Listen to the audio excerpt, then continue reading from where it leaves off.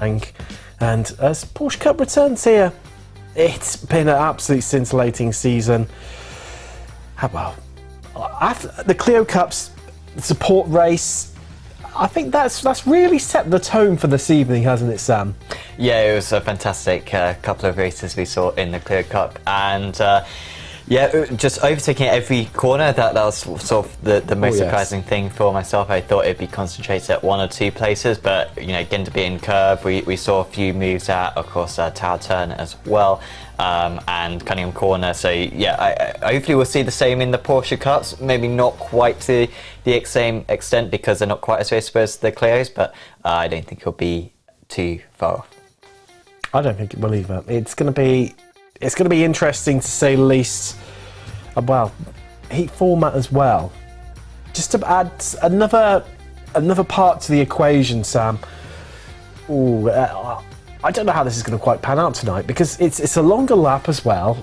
Similar to Spa in last week in some considerations, but I just don't know. And I mean, how many AMs are going to make it through straight into the final? How many are going to lose out? I had a quick look at practice laps, and I mean, Tavas is setting incredibly quick times, the Pro-Am driver. I think he's 4th overall at the moment. And then it's the usual names at the top. Yeah, and a slight difference as well to the format for us now, because we've got the elimination format, which is the 2 10-minute heats, which is only going to be about 5 laps around the circuit, then the 14-minute B final and the 18-minute A final. But different for this week, rather than the top 12 getting through from each heat, it's actually only the top 10. And then from the B final, rather than the top 6, it's the top 5. So we're going to have only 25 drivers in the A final rather than the 30, so 5 less spots up for grabs. So it should be a little bit more competitive than what we saw at Spa. If you do have those issues, then it's going to be that much more tricky to still manage to progress. A little bit more competitive, he says. I mean, was it yourself who was conversating last week with me at Spa? It missed up. I mean, it was competitive enough then, Sam, and then you just casually go and throw that into the mix. We don't want to make it too easy for the guys, you see. Like, he says, only 20 drivers didn't make it through to the A final last week, so we've got to make it harsher for these guys. We've got to make them earn these A final results if we possibly can. And so, yeah, going to be that much more tricky for the guys. It's going to be that much more coveted, those top 10 positions in the heats, and making qualifying more important as well, because yeah, Spa, of course, you can just draft past everyone. Sebring, like we said, that's going to be overtaken tonight. You've got to work for it a little bit more.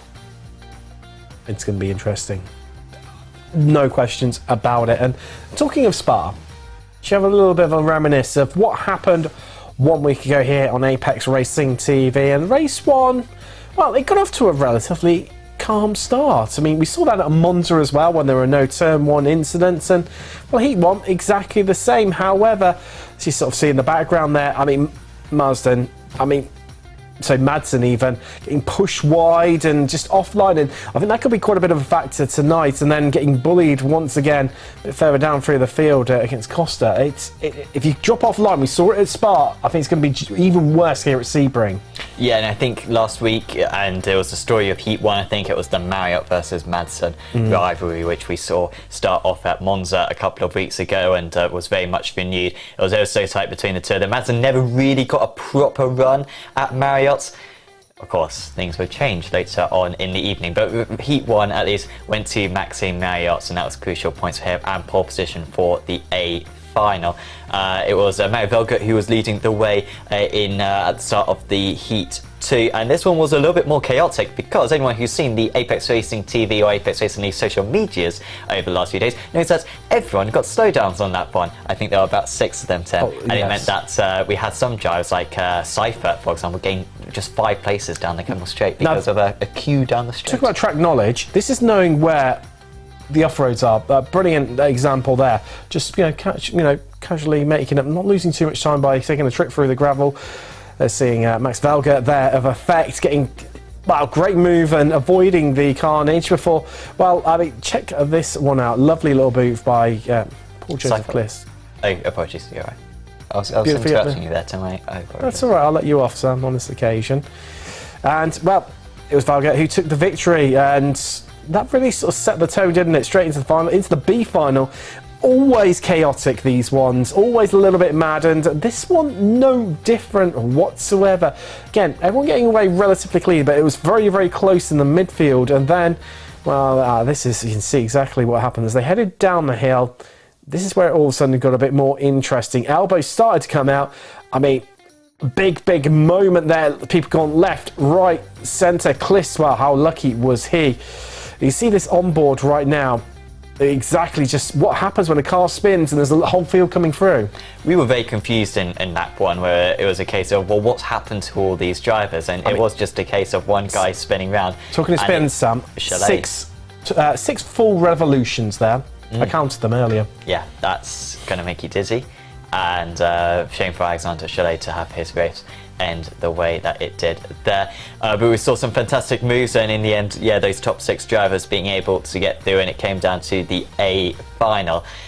And whilst the crash at the start of the B final was big, the A final trumped it in the end, because into Lake Coombe we had quite the incident with drivers spraying left and right. We did, just seeing, well, so what happened at the start there into La Source. That wasn't the source of the problem. Cliss had a big moment here. Got collected on the way through, and watch him go airborne just there. I'll give that sorry, Thomas Cope it was, wasn't it? 9.4, I'll give that flip. This is the incident you were just referring to, Sam. Coming together. And that was Zanon, who just, well, got bruised, battered, pushed around there. And it was the big one, as they call it. But it was that battle up front. Marriott got pushed wide there. Got a slow down because of it against Valgertz. And, well, got demoted to the back. However, up at front, Madsen versus Marriott. This is where it all came together, Sam. This final lap. I mean, it was scintillating. Yeah, Madsen able to take the lead early on in the race. Yeah, Marriott fought him all the way. He was not going to let him have it whatsoever, and Madsen was very satisfied with that race victory. Obviously, with Marriott getting the points over Madsen in his heat, wasn't a huge swing in points to the Danish driver, but it was a start, and now maybe he can build on that with a fair few rounds to go in the championship. And those two may be establishing themselves as the favourite with Thomas Cope, who is around tonight. We're going to have a chat with Thomas. He is. Of course, one just downstairs at the moment. Yeah, but of course missed a round earlier on in the championship, having his championship slightly scuppered a little bit. But Marriott, Madsen, Belgert, Costa looking very good tonight. Wasn't really on form last time out at Spa. He looks very good in practice. And so all those guys are going to be fighting near the front tonight and going to be wanting to accumulate those points. Sam, if I was racing in this one of the other Apex Racing leagues, and I'd love to come and race from here at Apex Racing UK, how would I go about that? Well, if you go to apexracingsim.com, then you can hire out a rig, not just if you're parts of an Apex Racing League series, but if you're just wanting to try out our VRS equipment, of course, that we have here with the VRS wheelbase and the rig and the wheelbase as well. Do absolutely check them out, and or check out Apex Racing Sim, and you can see Thomas there putting in some practice laps or putting in some qualifying laps right now. And he's already had a go at these rigs, to be fair, when one of the prizes when he won the GT3 trophy a couple of seasons ago, got a visit down here for free. And yeah, so he should be on pace, Thomas. He knows these VRS rigs. And Sam, is that the curse of the commentator you've just dropped there? Before he's even begun, the poor lad. What have you done? He can cope with it. Thomas is good enough to cope with the curse. Oh dear. That's almost like one of my puns, that. Anyway, let's take a look at the championship standings. And pro, what a season this has been for a pro championship, Sam. Marriott leads the way, Madsen, Valger, but realistically it could be between any of them. And it's done about the chasing pack as well. Knowles, Hammer, starting to get cut adrift a little bit right now. And Koss, well, I think there's still plenty of racing left to do. But the way that those top 4 or 5 are really going on, it's hard to see it not being one of them who are crowned victorious come the end of the season. And I would say as well, like a bit of a sort of asterisk by that, the drop scores have now been applied. So the drivers' 8-round championship list, there's 1 drop score. So everyone's worst result has now been dropped. That's why the championship standings look a fair bit different to what they did before Spa. So while some of those drivers are up there, like Madsen for example, I'd say Marriott's got a bigger gap than it looks like, because Madsen's worst round is very bad, whereas Marriott has been super consistent. So Marriott can afford a bad round and have that drop score, which currently isn't counting, then count, and that will help his total. So, you know, it's looking good for Marriott there, but it's just great to see those top three are so close, and every single round they're close on pace as well. Never is one of them able to pull away from the rest. It's all about consistency. That's the name of the game. As for Pro-Am, well, Haradashi Tortoise is taking control of this one by the real scruff of the neck, despite some incredibly quick drivers behind him, Sam, who've showed some incredible pace. You think of what we've seen so far from Afonso, Quattro, Del Piccolo, Lazarus, Salvatore Lane as well. I mean, any of those behind him are well deserving of leading this, but he's leading by a big old margin right now. Yeah, and once again the drop score sort of helping him out a bit there, because he did have a bit of a dismal Spa round. Lane was the class of the field in the Pro-Ams last time at Spa. And you're also having a very strange off day, albeit it was so competitive that, you know, one off in your heat and it can very much set you back. I think it was just a poor qualifying for Harold Essen, that sort of left him with a lot to do. So still plenty of time for those other guys to get involved. Lane, can he back that up? He's left himself with a lot of work to do. He really does need to get in those top places to the end of the season. And in the Amateur Championship, Alessio Pasquale leading the way, just 2 points clear of Razvan Pahontu at the moment. This is ever so close right now, with Porsche Cyclist in third place, who we saw earlier on in the Clio Cups. Zanon has looked very quick so far this season. Thorsten Seifert could have had a much better Spa round. He had a fantastic start to Heat 2, but had some setbacks later on in the Heat, which I think meant that he missed out on the A final. No one's pulled away in that class so far. They haven't. I can tell you, Collishaw, interestingly, is running fastest in practice right now of the AMs. I could definitely see him getting through to the A final. I think on the screen just behind us right now. Yeah, probably 2 or 3. I think AM's getting through to the A final tonight. Despite you cutting the numbers, making it through. Despite me cutting the numbers. I think we had 2 last week, didn't we? We did. Who managed to get through. And Nathan Willoughby as well, I think, started at the front of the B final, but then had a bit of a bad round, so he wasn't that far away himself. So, I think a few of them will make it. Well, we'll definitely get to find out. Let's have a look at the team's standings, and well, it's Impulse Racing leading the way there, although it's relatively close between himself and Mag Performance, with ATRS Esports not too far behind. I mean, that, as championships go, Sam, the team championship's still wide open. Yeah, no drop scores in this. Apart from the moon in that. Yeah, you have huge swings in the team's championship because there are no drop scores. Every single round counts. If you have a bad round where a few of your drivers aren't able to make it, or if they just have an absolute disaster, that's going to count. There's no way getting around it. ATRS in particular, I hope that they can fight for the title. They narrowly missed out on the LMP2 championship in the teams, which ended back on Thursday in the Apex Racing League Prototype Championship. So they'll be hoping that in the Porsche Cups they can go one place better. Most certainly. And do you wonder if there'll be a team, they're entering a team into our new league, coming soon to Apex Racing TV? I think they will be. We've had a lot of P2 teams join so far in the Apex Racing League Endurance Championship, our first ever Endurance Championship for Apex Racing League, and that will be broadcast, of course, on the channel from here in the Apex Racing TV esports studio. £1,500 worth of cash prizes available, along with our normal prizes as well, with Apex Racing Academy, SDK Gaming subscriptions and trophies. 6 rounds, 3 classes, LMDH cars, LMP2 cars and GTD cars, and 3-hour-long races on a Friday evening. So if you want to check out more details about the series, go to apexracingleague.com, check out our social media pages as well, and will be a lot of fun, that one. Tim, great to see some endurance action in Apex Racing League and on Apex Racing TV as well. And one of our biggest prize pools ever. Yeah, £1,500 of cash for the drivers. Cash. So it will be lots to play for. And trophies. Illustrious trophies. I, if anything, would rather have a trophy than maybe not £1,500 or £250 for the winners. I'm not saying that, but compared to say £30, I'd rather have a trophy. Trophies are great. On that bombshell. One thing we haven't done, let's have a look at the track for tonight. Of course, Sebring, as we've mentioned. Sam, Clios, they ran right around here. This might be a little bit more of an orderly affair, or will it? I think turn 1, that's going to be the hotbed. Yeah, you can really send it in at turn 1, such a wide turn with this sort of older version of Sebring scanned some 15 years ago. But there has been a graphics update, but still we've got the old pit straight, which kind of dinks to the right before we get to turn 1. Now, of course, now through 3, 4, 5, albeit we do sometimes see some side-by-side action. We saw it in the GT3s when we visited in the GT3 Trophy last season, and then, of course, the big overtaking spot, the hairpin. But it is so narrow down there, Tim, it can be tricky to get the move done if you just hug the inside of the circuit. Certainly if you go like the Clios and attempt to make it 3 wide into there.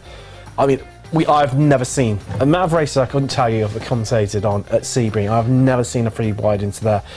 These guys, the car's much wider.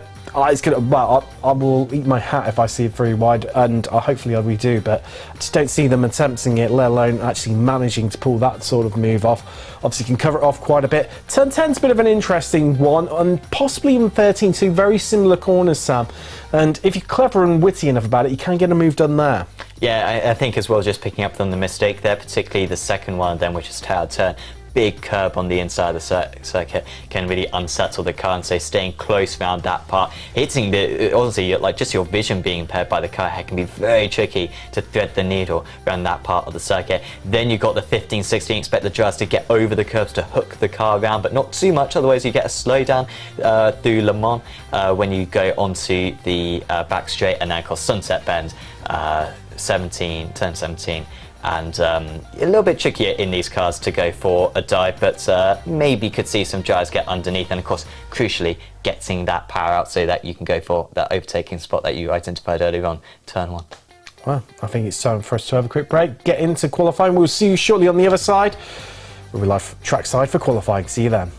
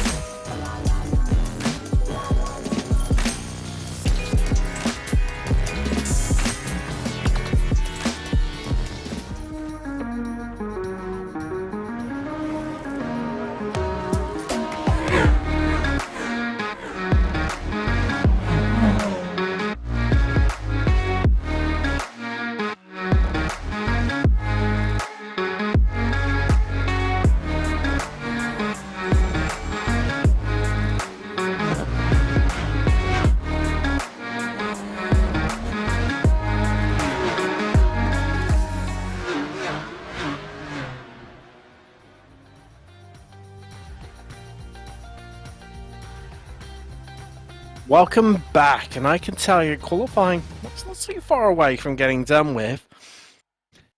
And there's a bit of a changing of the guard here, Sam, in terms of qualifying. Nicholas Knoll toppling timing sheets with Philip Hammer alongside him. Yeah, that's some laps so far from Nicholas Knowles. We've seen him up there so far, 4th place in the championship, but yeah, Hammer really performing well because for 3rd place in last week's A final. Madsen a little bit off, but once again he's alongside Maxime Marriott. We will see them though in the same heat as one another, so if one of them could move places and both be in odd positions, then they'll be back in heat 1 with one another, which is sort of what we want to see. As you can see from the flags right now, we do have 3 Germans in our top 5. And in fact, I'm trying to do the maths here, I think France, yeah, does connect with, does that border Germany? It does. It does, doesn't it? So all of those countries are actually interconnected between them and Denmark. Yes. Yes, there you go. Unfortunately, the USA is not. We cannot be able to tag that one in. No. But Aiden Young doing really well in 6th position. That's his best qualifying of the season. After a disappointing result actually at Spa, he got tapped around in his heat and he's just gone faster as well, albeit remains in 6th place. He was tagged around at the first corner in his heats, and then I think he got wiped out in the B final when he had a stationary car sat in front of him. He didn't finish a clean lap, did Aidan Young, and it wasn't even his fault. He was very unlucky. Salvatore Lane, strange to see him down there in 7th place, and top of the AMS, delivering on his qualifying pace. Tim, you picked him out, was Paul Collishaw.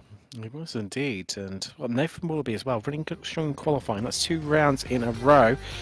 However, no messing around, no hanging around. Let's get into race 1 here as your grid. Nicholas Knoll starts on pole with Nick Madsen joining him on the front row. Then it's Pascal Costa and top Pro-Am qualifier Victor Taras. Row 3 is Labshire and Koss, with row 4 being Thomas Cope. He's only just literally beneath mine and Sam's feet right now, racing away, but will be shortly. Corey Lazarus joins him on the 4th row. Row 5 and the top 10 rounded out by Salvatore Lane and Nathan Willoughby. He's the highest AM qualifier that was 2nd in AM. Zanon and Eisenring make up row 6, an all-AM row, likewise a row behind them. Espadina and Pontu. Then it's Klist and Furtwängler, who didn't set a time in qualifying. Neither did Alexandre Chalet and Sorchuk. Going to round out your 18 car field. 9 rows to this grid. Ooh, Sam, who makes it? Who doesn't? There could be some big names not making this one. I know we say it every week, but with you know, just turning up the screw, making it all the more challenging for the drivers. No different here. Yeah, only top 10 making it through. Nathan Willoughby once again right on that cusp. He managed to take a pole position in the B final last time out. He was sort of best of the rest. He just missed out getting straight through into the A final. So he is on the cusp there as an amateur driver. But with Furtwängler and Chalet and Sorchuk all serving qualifying bands, they will be very quick behind us. Nick Madsen getting onto the grid very early. Usually leaves it with 3 seconds to spare, but a nice 30 right there from him. Lights. Let's get ready to go racing from Sebring as we are green and we are go in Heat 1 in the Apex Racing Academy Porsche Cup as Nold leads the field. But I'd tell you what, Madsen is right alongside him. He's on the outside looking to swoop all the way around, the long way around, but has to back out a bit. But will he get the cutback, Sam? I think he's going to get this done, and he's going to lead coming into turn 2. He's got the better position in the clear cuts. We saw Harris being able to run around the outside there, not in the Porsche cuts. It is Nick Madsen with a fantastic start. He leads the way. Also, Taras being able to get ahead of Costa, not the start that Pascal needed. He really wants to get one over these drivers who he has lost points to in recent rounds in the championship. Salvatore Lane up a place, but a poor start for Pedro Espadina. He has dropped down to 7th place, and Razvan Pontu. I think Espadina's come off track, and that is why right now Sam. The fast start was all I can hear, a bit of banging and a bashing. If we had a bit of a contact behind them, trying to look in the background there. I think they've all made it through, but just a bit nose to tail. No messing right now. That's a big moment. It's going to come across the track, and well, Corey Lazarus, the victim there. It's Igor Koss, who's just tagged on. That's not a good rejoin. If anything, that's a departing of the circuit because he was already on the perimeter of it. Nord is back ahead of Madsen. Madsen has made a mistake, and Nicholas Nord is back leading. And that was not being nice. It was a fair move from Madsen at the start. But yeah, I did say that tower turn can be tricky, and it was there for him as Cope has got underneath Laubscher. Can he get it stopped? Laubscher's going to dive back in, but Cope very well managed there. He gets back underneath, and Laubscher's now going to have a big slowdown by cuts in that corner.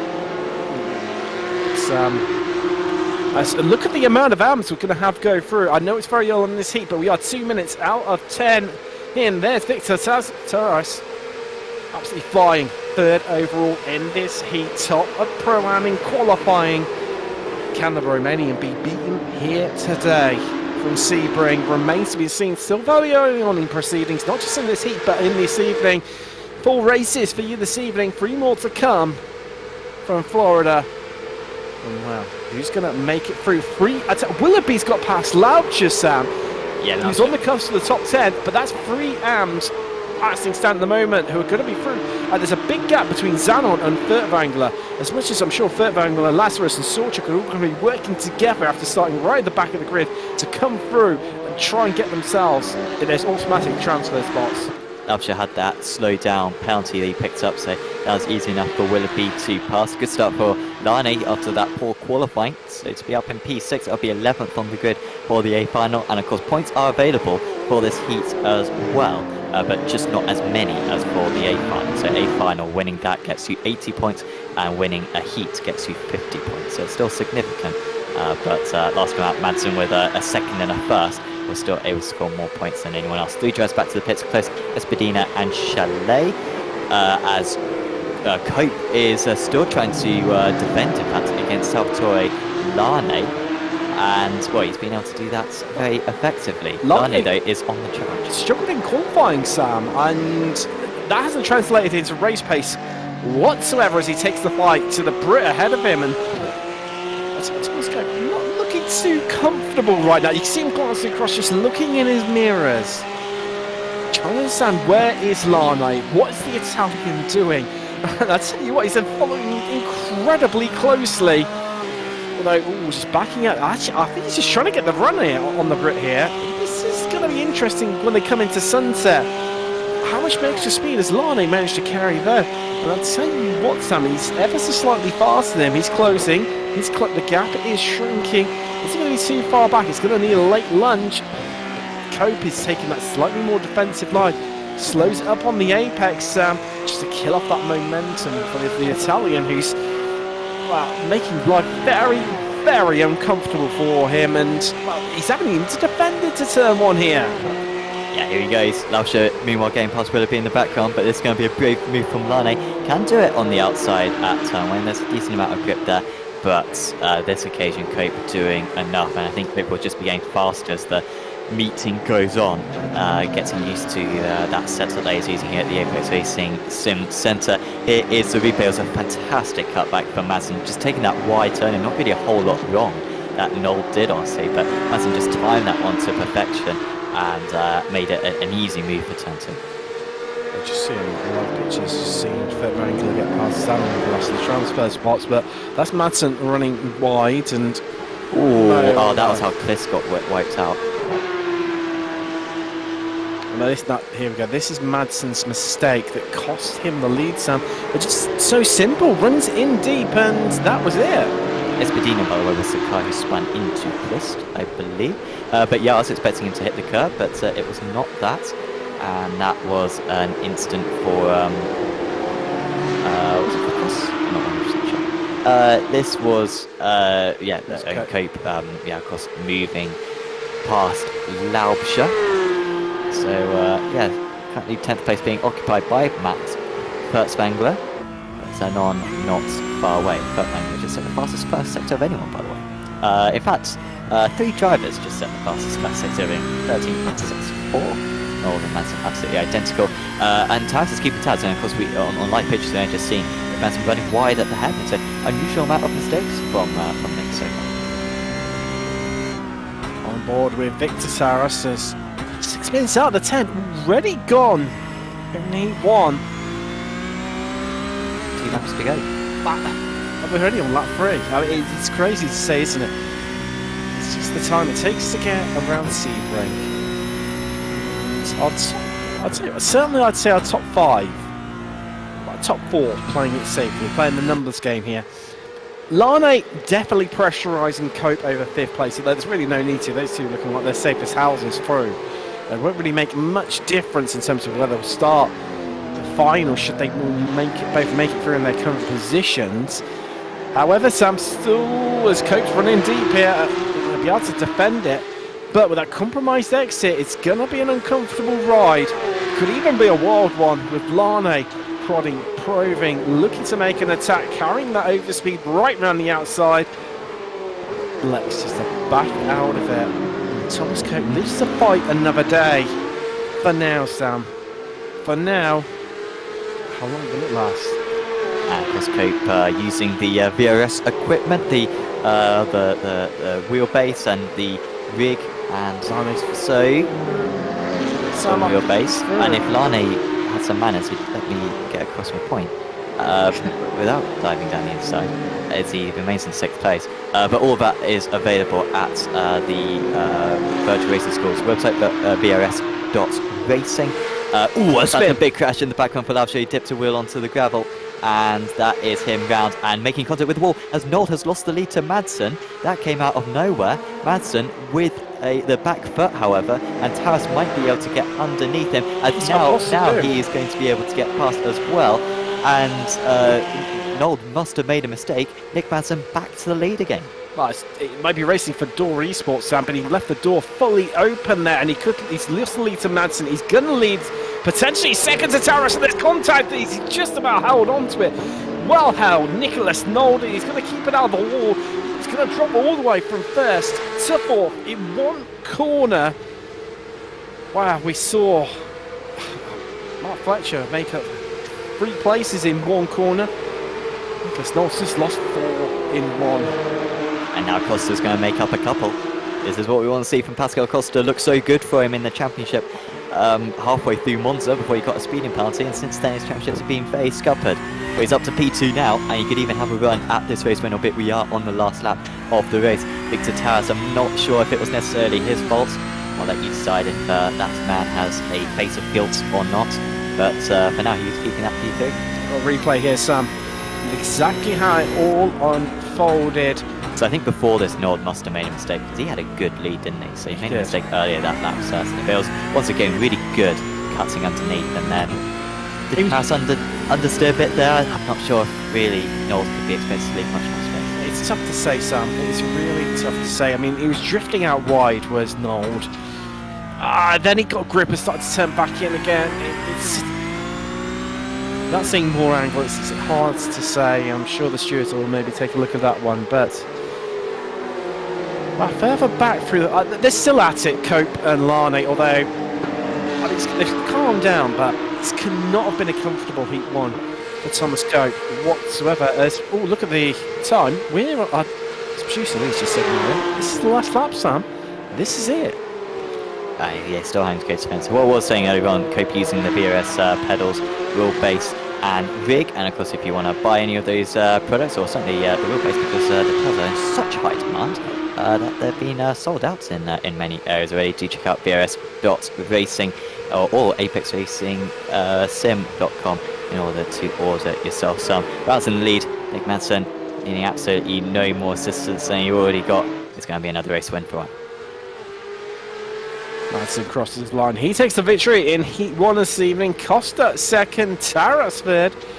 So something about pro-ams onto the podium.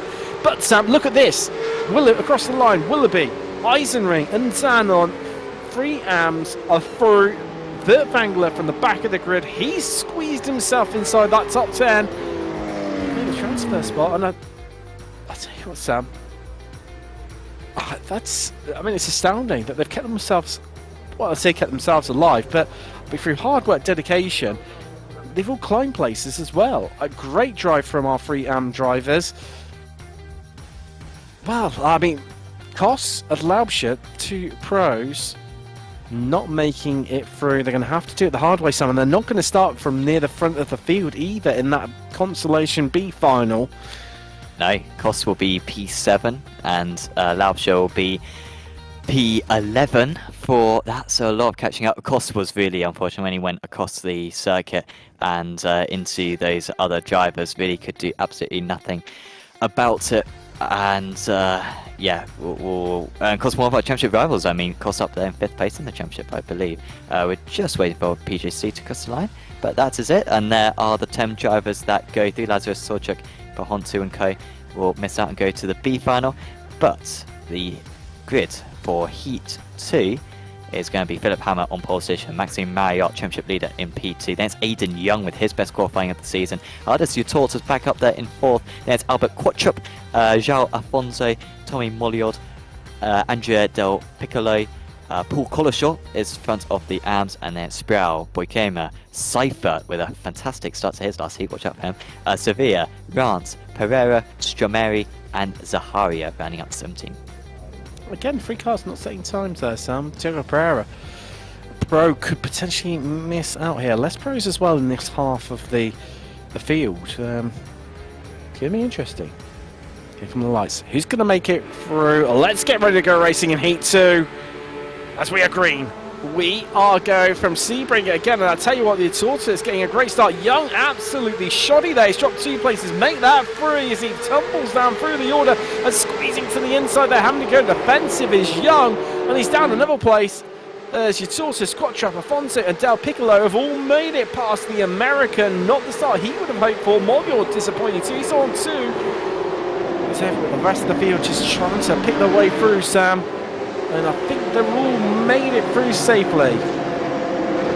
Young seeing a flood coming his way and just trying to limit the damage. Cypher after a brilliant start last week, the opposite this week. He'll be starting pretty much from the back in the B final. As here comes Marriott for the race lead. This needs to be done. This is the difference between 2nd and 4th, and 5 points as well. And Maxime Marriott has got the job done. He's looking for back-to-back e-racing victories, and the Frenchman does lead early on at Sebring. That's something we haven't seen in a while.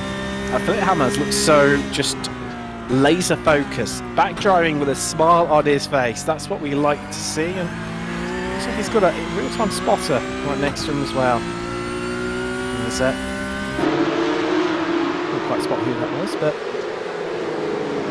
And so yeah, Marriott leading the way by half a second. Your Tortoise, of course, gaining those places from Young. Pereira and Stromeri with strong starts, and we just Cypher, the one driver who's detached about everyone in the top 16. There's no gaps further than a second, no kind of hold-ups or no gaps being formed. As Quattrop's run wide, that's a crucial mistake there from one of our top Pro-Am drivers, who was risking picking up a slowdown as well, with all 4 wheels nearly breaching the circuit, and Young has got back one of those places. Coverage drives on for Aidan Young. What can he achieve? How much can he pick himself up? The Quattro looks like he's fighting this one back here, Sam, and Del Piccolo could even just inflict more pain. That's very wise. Sam, this is tight. This is tight through Sunset, and they've all made it through somehow. Afonso as well was so wide, so that's why he's so far behind your Tortoise now. Your Tortoise is a comfortable lead in the Pro-Ams. There is Afonso. I imagine he was fairly concerned when he was approaching the wall at Sunset Bend. He kept it out of there and keeping the car clean. So currently last position gets into the second point. Actually a pull stop for Paul Quattro. I didn't really spot that one. Quattro down 2 places. And so far no outs will be making it through. The Dutch driver, the last advance. Also, we'll be having one pro making this out. There he is, Thiago Pereira. He's driver. He's given a good shot round the outside here. There's the attempt on Collishaw. Can he get it done? Oh, nearly loses the rear there, and in doing so, that lost Mary through. And Thiago as well. All his hard work undone in a flash. So Taiwan's on his side. 6 minutes, 50 seconds remaining in Heat 2. Meanwhile, up front, Marriott still leads from Hammer. These two need flawless races, don't they? Oh, I mean, a big clash for a curb there from Marriott. Not sure whether that was quite intentional, as everyone else avoided it. You need to play this one safe, Maxime. You need to play it safe and get yourself through. And I tell you what, it looks like as well, Sam. How about you? It looks like he's just getting away from Philip Hammer right now. Yeah, that gap's looking a little bit more comfortable since he made that move, and a few purple sectors as well being posted by the Manatee Racing driver. As off the circuit in the background, who is going slow? Has we seen any of the gaps change particularly? Mahe Zaharia may have been, or Jordi Sevilla. Sevilla has lost a place, so yeah, I think it was the Spaniard who went off the circuit momentarily. A quick shout out, by the way, to SDK Gaming, the providers of our overlay. I really like the purple that we have an excuse to show on the overlay with the advancing positions, and that's just one of the many elements that you can add to SDK Gaming. So much customization, and just by standard as well, a few templates involving the WEC overlay, and of course this is sort of the 2017 F1 style overlay, the old Formula Renault 3.5 overlay as well, all available from SDK Gaming. So do check them out for broadcasting, streaming, and as a heads-up display whilst you're driving. It is Samuel Sproul. He's an 8th. He's up 2 places, comfortably inside the transfer spots. under pressure from Molyard behind. I mean, they can't afford to lose any time realistically. Collishaw is within a second of these guys. However, Stromeri looking to get his nose where Collishaw really does not want it right now. As he looks around the outside, Collishaw has to go defensive and then covers off, just slowing up the exit there. Wily old Fox, he saw that one coming. He knew what Matteo Stromeri was up to there. Just keeps him in check, keeps him in order and says, no, love place is mine. You're not having it from me. Anyway, we need to get after Boykema because he's getting away, and that is our only chance of automatically making this a final. But Stromeri, he's got different ideas, Sam. He wants that place. He thinks he can go faster than Collishaw and take that place off Boykema. Yeah, they're all fighting sort of amongst one another to have a go at Boykema right now. But yeah, that gap is getting definitely big, and of course it's only just over 10 minutes. It's almost like we squeak in an extra lap like it was at Spa. We get to the 10 minutes, and that's pretty much it. Stromeri has now got past Collishaw, so Stromeri up into 11th position. And yeah, some hope for him to take advantage of any incidents that go on ahead of him. Yeah, Alfonso, I think we should say, Alfonso having a really good run of it. I know he did make that mistake at Sunset on that one, but it didn't cost him any positions. And he only just got through. Him and his teammate Pereira seemingly have a really good relationship where they were just happy to fight one another. Completely full position last time out at Spa, even though this sort of cost them a bit of time and nearly cost them advancing. In the end, they both did squeak through in 11th and 12th in their heat. But you can see how far ahead he is of Pereira, and up there in that 4th position, comfortably making it through right now. But Aiden Young, he was only 3/10 off pole position himself, is definitely faster. It was just that awful launch off the grid for Aiden, which is the reason why he's far down there. So it's not many quicker gyros that could be sat behind Zhao. I'm impressed with the recovery that Young has made, Sam. I mean, he dropped 4 places off the start. It was a shocking start by his own standards. He has got past. Well, there you go. No, he hasn't. Oh, it's back and forth. Well, it's still not even sorted here, Sam. They're still side by side are Alfonso and Young. And Young right around the outside gets squeezed there. Wow, that was a cheeky move there from Alfonso. Stamping his authority onto 4th place. Does not want Young to get past whatsoever. Didn't give him an inch of room, Sam. No, I mean, it's a very tricky corner to leave space at because it's so short radius, because it's so narrow on exit as well. It's very tricky to give it away as Young taking a lot of curve. You want to take the curve so you can sort of hook the car around and really be aggressive over it. Collishaw's made a mistake further down the order, but here is Young having to defend against Quatchup, a position that he made earlier on when Quatchup picked up a slowdown on the opening lap of the race. But Young, for now, keeping that P5, that has very much halted his progress up ahead. Collishaw now dropping all the way. He's had a big incident somewhere. He's really had a tough time, and it's going to be a tough one to get to the A final now. As we see, Tommy Molyard tries to get past Samuel Sprout. I always feel like Sprout falls under the radar, and he sort of has done so far in this race, but here he is up on screen, and Molyard trying to make that move stick, and I think he's going to do it through turn 2. To the brakes, and that's the move done for Molyard. It's been brilliant for quite a few laps. Well, white flag in the air, final lap here in Heat 2. Looking like this is Maxime Marriott to lose. 1.6 seconds is the gap to Hammer. Looks like he's starting to return to a bit of form, the German. Great to see from him. Yatsour's just leading in Hammer's. Oh, no, there's contact. Oh. Sproul outbrakes himself, then makes contact with Molyard. And now, Stromeri makes it through. I mean, if Collishaw hadn't had that incident, he would have been the one making it through. However, Pereira, he's got chance, Sam. He's only 2 tenths behind Stromeri. He's got chance of making this from the back of the grid. I think he got in from the heat by 1 position last time out. It could be the same thing again. Just 7 days later, here he is, and they're right on Molyard. Apologies, so they're right on Boykema and Molyard. Boykema was able to get past Molyard from that incident, and he's got to go for it here of these guys. Otherwise, Pereira is going to take advantage of it. No moves so far into again to being bend Then they'll go into the long curve, all setting it up for the run down the Ormond Straight and into Sunset. Well, Marriott, he's going to take this one, an absolute canter, winning by, well, as he backs out of it, it was going to be 2 seconds here, but actually extending it as he comes out of Sunset. Marriott takes the victory. Hammer's going to come home in second with a flash of the lights there from the Frenchman taking the victory. What's happening in the background? Up very close. Pereira's not going to do it though, I think. It's going to be a run to the line. Sam, has he timed this one? No, he's too far back, and Pereira misses out by 0.02 of a second. Or 0.2, apologies. Disappointing.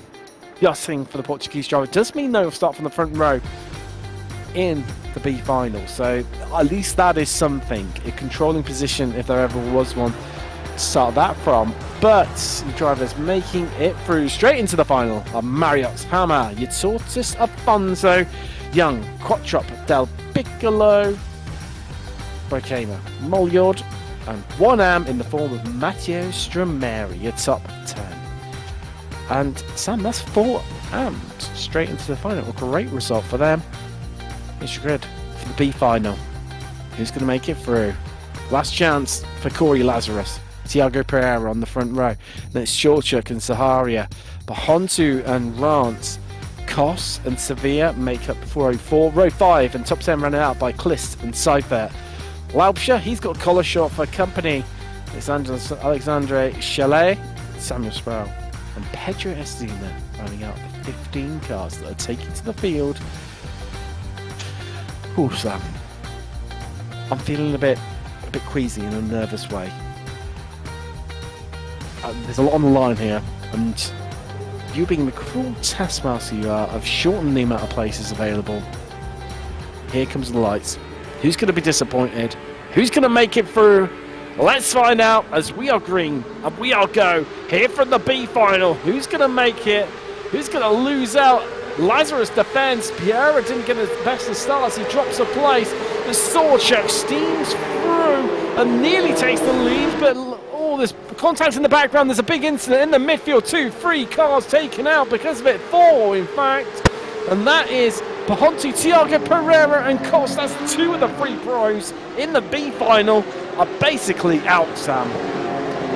Laubscher up 8 places to E3. Remarkable stuff from him. Then it's Rance Chalet occupying that last place, albeit he's fighting with Porsche. Chalet up 8 places. In the start, Espadina up 7 places. It's completely flipped on its head. And Kos, I think I saw a bit of damage on his car. Otherwise, I think he'd have a good chance. We'll see whether he's got any retaliation on these cars. But the top 2 are absolutely spinning away. Sorchuk and Lazar should be safe from this position. And Laubscher as well, looking good as across the grass. He's going to hit the tyre wall. I don't think I've ever seen someone hit those tyres. Paul Joseph Clist though has, and he is near the back. He'll be overtaken by Pereira and Pahonti. Wow, Sam. We only completed the opening lap. What have we witnessed here? Sorchuk leads from Lazarus, Laubscher third, then it's Rance and Chalet. The top 5 heading through to the final. But on Chalet's heels are Collishaw and Espadina, Seifert, Sproul. Sevilla not too far back, and don't discredit Zaharia. As Chalet's made it past Rance in the background there. There's the move getting done. He's been past the Brit. Sevilla past. That's right. Who's that? Espadina. What's that? He hooked onto the curb and he nearly rejoins him safely. But slow down, Sam. We've got slow downs. Seifert. Drops the German. Oh, disappointing for him. And as everyone's getting away now, Collishaw is up the inside and he's going to nick 5th place from Rance. 2 Brits scrapping out after the last of those transfer spots. It looks like Kos is alright then, so Kos's car is fine as the dive for Lazarus, and it is the New Zealand driver who leads the way, but can the underneath line on the exit work for Sorchuk, as we've seen so many times throughout tonight in the clear cuts and in the Porsches? Not this time, the Blackout Motorsports driver with enough pace on the outside. It's 40 out of the 14 minutes here in the B final. Big bump there from Sorchuk. That will upset Laubscher, and let's hope Swordchuck's internet just sorts itself out because he's in a strong position right now. Sproul's got past the Harrier. Oh, although he's made a mistake by looks. Yes, I saw a car off in the background there. Doesn't like that corner. No, he doesn't. Definitely doesn't. On board with Laubscher. Oh, that's a worrying moment when there's a car way in front of you. It blinks out and then all of a sudden comes back and you're nearly on top of it. These enormous moments for Laubscher as Koss trying to get the move done there on Espadina. Elbows out. Espadina might feel a little bit aggrieved from that one, and well, nearly has his front end chopped off by Seifert. Koss is going to make it through. I guarantee you. That's a lot, Sam. That's over 5 seconds. 5 seconds. Make up. Easy work for Koss. He's got damage. Oh no, wait, Lazarus. One of them gone. Lazarus has spun round, and yeah, that's a proper spin, isn't it? It's not a slowdown. Oh, what a shame for Corey Lazarus. He'd done the hard work, and yeah, you won't be advancing as it stands. Only top 5 gets in good time. It's a bit of a Tim Cox move, that one, Sam. The amount of times I've thrown it in the way. But all of us can be British Sim Racers Winter Radical Series champion. Yeah, right. British Sim Racers win Radical Winter Series champion. I'll get it right one of these days. One thing I can get right is that Shawcock is now leading for Geeks Energy Sim Racing. Laubscher is invigorated. He's up 9 places. Only eclipsed by Chalet behind him. He's up 10, is the Frenchman. Ooh, bad connection for Swordchuck again. This is worrying for him. Yeah, he's leading. Not sure. Swordchuck at the moment is coming up. He's having a good blink. So here, it's unlucky. Wow, and it's a double hit as well. That was Pereira on the outside. I'm not sure who it was in the middle there. He was making those contacts and diving through there was Laubscher going through there. Collishaw getting the move done on Brandt. Lovely little move up the inside through Sunset. Meanwhile, this was Lazarus getting the move done. Swordchuck just running too deep there, Sam. Coming into towards Gurley Bend, and in doing so has lost the lead. Laubscher and Chalet said, "Thank you very much. We'll take that from you." And Collishaw could inflict more pain and head past him.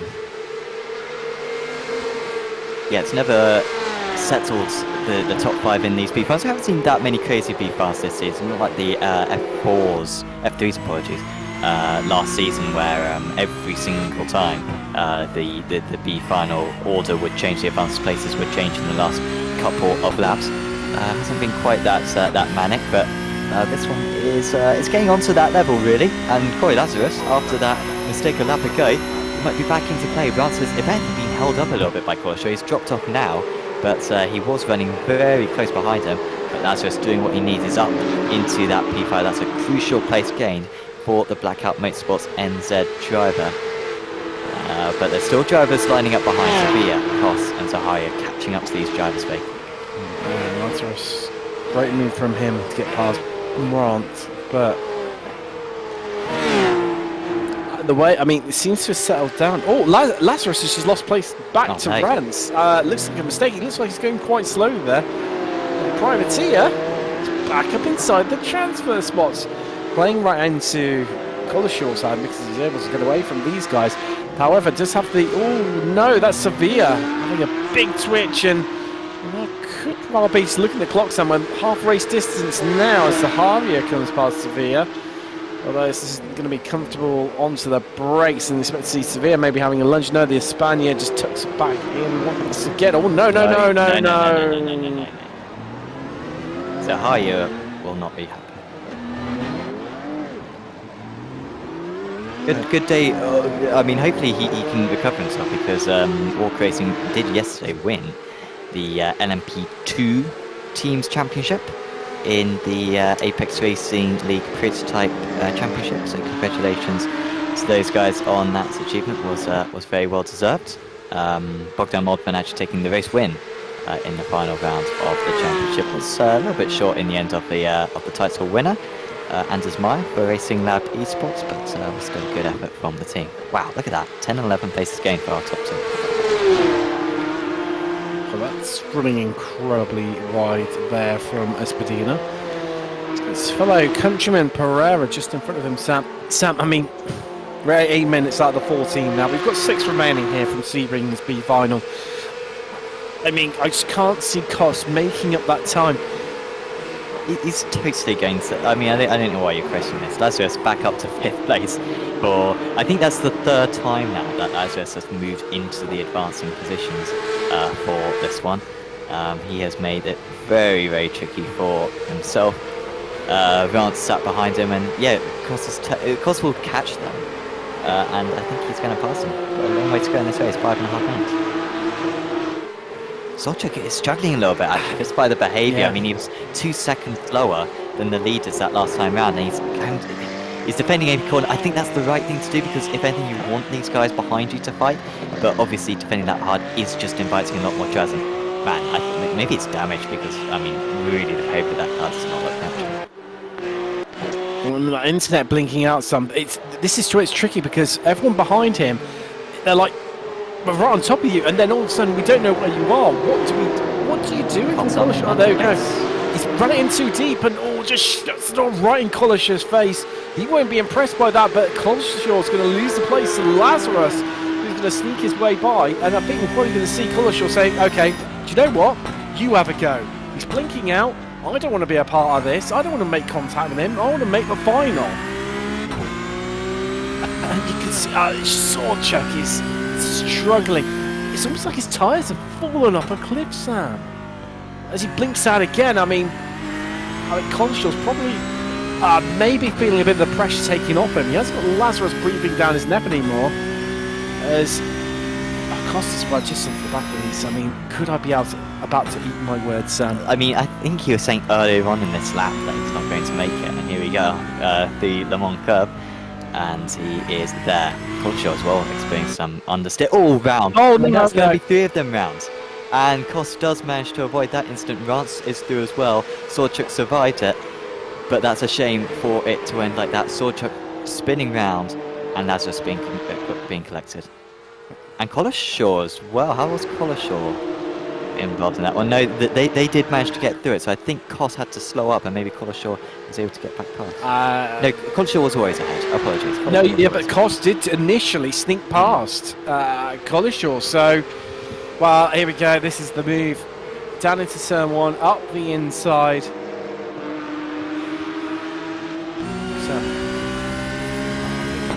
smell it baking in the oven. It's humble pie. I'm going to have to read. I mean, he's easily in as well with 3 minutes to go. He's in the top 3. And damage. And with damage, yeah.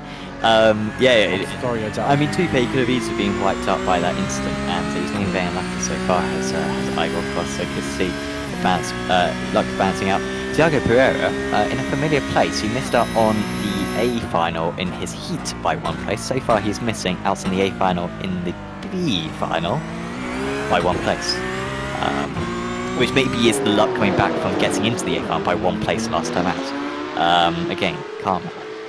Sevilla up ahead of Sproul. Sproul, of course, just didn't break earlier on for hairpin turn. And that's why he's so far down, and well, he's 5.5 seconds off the advancing places. A lot of work for the New Zealander to do. There's Thiago Pereira, 2.7 seconds behind Rance, with 2 minutes left on the clock. He needs to catch up by a second, over a second a minute. Then he has to try and make it past, pretty much into the final corner. So, I mean, they're going to take white flag when they come around. I think that one. I'm going to call this one now, Sam. Pereira can't do it. He's going to lose out. So we look back from Collishaw. That is Rance right behind us. And he's 4 tenths behind. And the gap is about 3 seconds. Back to Pereira. There he is. Just see the set of headlights in the distance, and nice time of day here, Sam. The sun is setting as they head through sunset. Yeah, of course the time of day is static, so that's why you might be thinking why is it not getting dark? But we followed the same conditions as the Apex Racing Academy data pack, because all these drivers get a free Apex Racing Academy subscription just for joining this series. And many of them will be using those setups along with taking advantage of the track guides and the group coaching sessions as well that are hosted for the Porsche Cup car along with the IMSA cars as well during the week. And so do check out apexracingac.com in order to get those data packs for this car along with over 20 others including single-seaters, rallycross cars, and even NASCAR vehicles as well being supplied by Apex Racing Academy. I haven't really seen these two around, but they did start in 11th and 13th positions, but they're being at the front for pretty much the entirety, and we'll be thankful to get through. We'll be relieved to get through into the final. I mean, the history books would make this look like it was they cruised their way to the front and it was all relatively comfortable in the end. I mean, it's been a bit of a wild ride, to say the least. That's it. We have run out of time on the clock. We have hit the 14 minutes. Our leaders only have about a quarter of a lap remaining now. We head down Ormond Straight for the final time in the B final. Everyone's keeping it safe. Rance and Corby, no mistakes. Taken a second out of Rance, but he's still 2 seconds back. Bar a mistake by someone in this top 5, he will sadly miss out. The only pro not to make it through.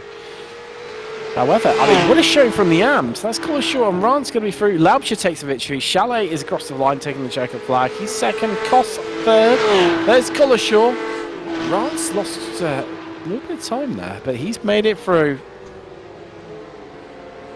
Out is Pereira, Sproul, Sevilla, Zaharia, Seifert, Espadina, Sorchak guessing for him, Klust, Pontu, and Lazarus retirement after that collision with Sorchak. I'd love to see how they came together because it was where it all went wrong.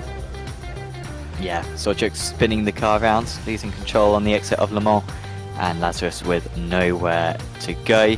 So we'll have a slight break before the A final, but yeah, we'll be back in just a moment on Apex Racing TV.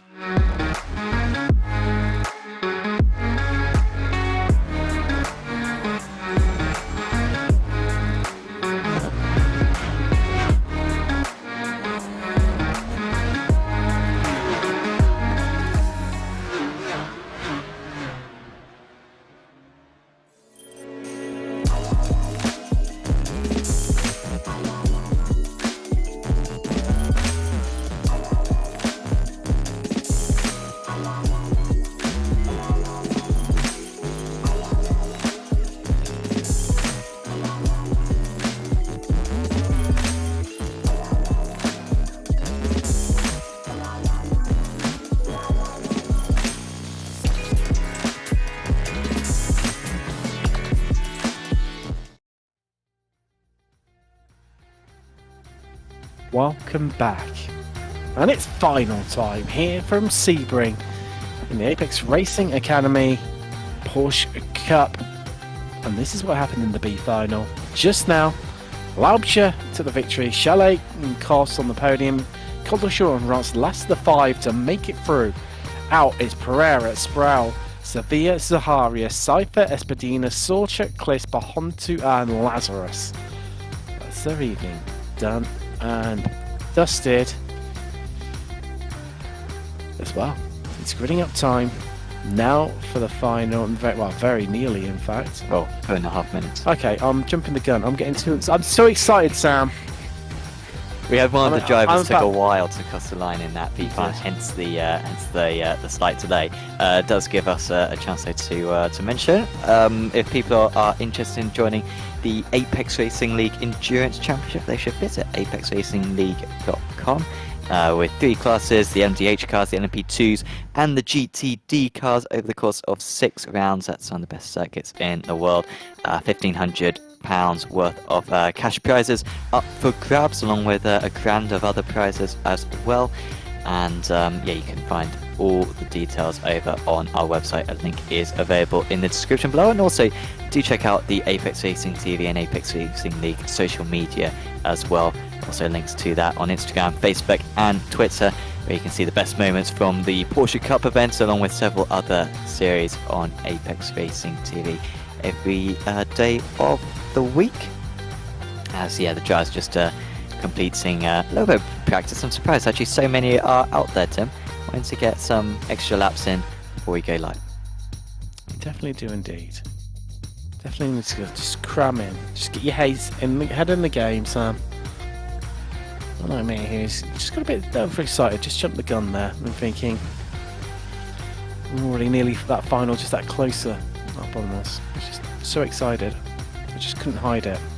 Yeah, because it's going to be marginal, I think, this one. Nick Madsen being able to take the race win in race 1, which kind of earns him that pole position, but Maxime Marriott's alongside him. And that is the rivalry that we saw at Monza when they came to blows. They didn't come to blows at Spa, but they came very close. It was very well respectful driving from the pair of them, but they were battling one another throughout their heat and then throughout their A prime as well. I must say, Marriott looked spectacular in his heat. He really looked untouchable. He did. But I think if Madsen has the lead after that first lap, I don't think he's going to let pass. I think Nick's going to be aggressive to hold on to that race lead, and I don't think he's going to let anyone pass, let alone his main championship rival.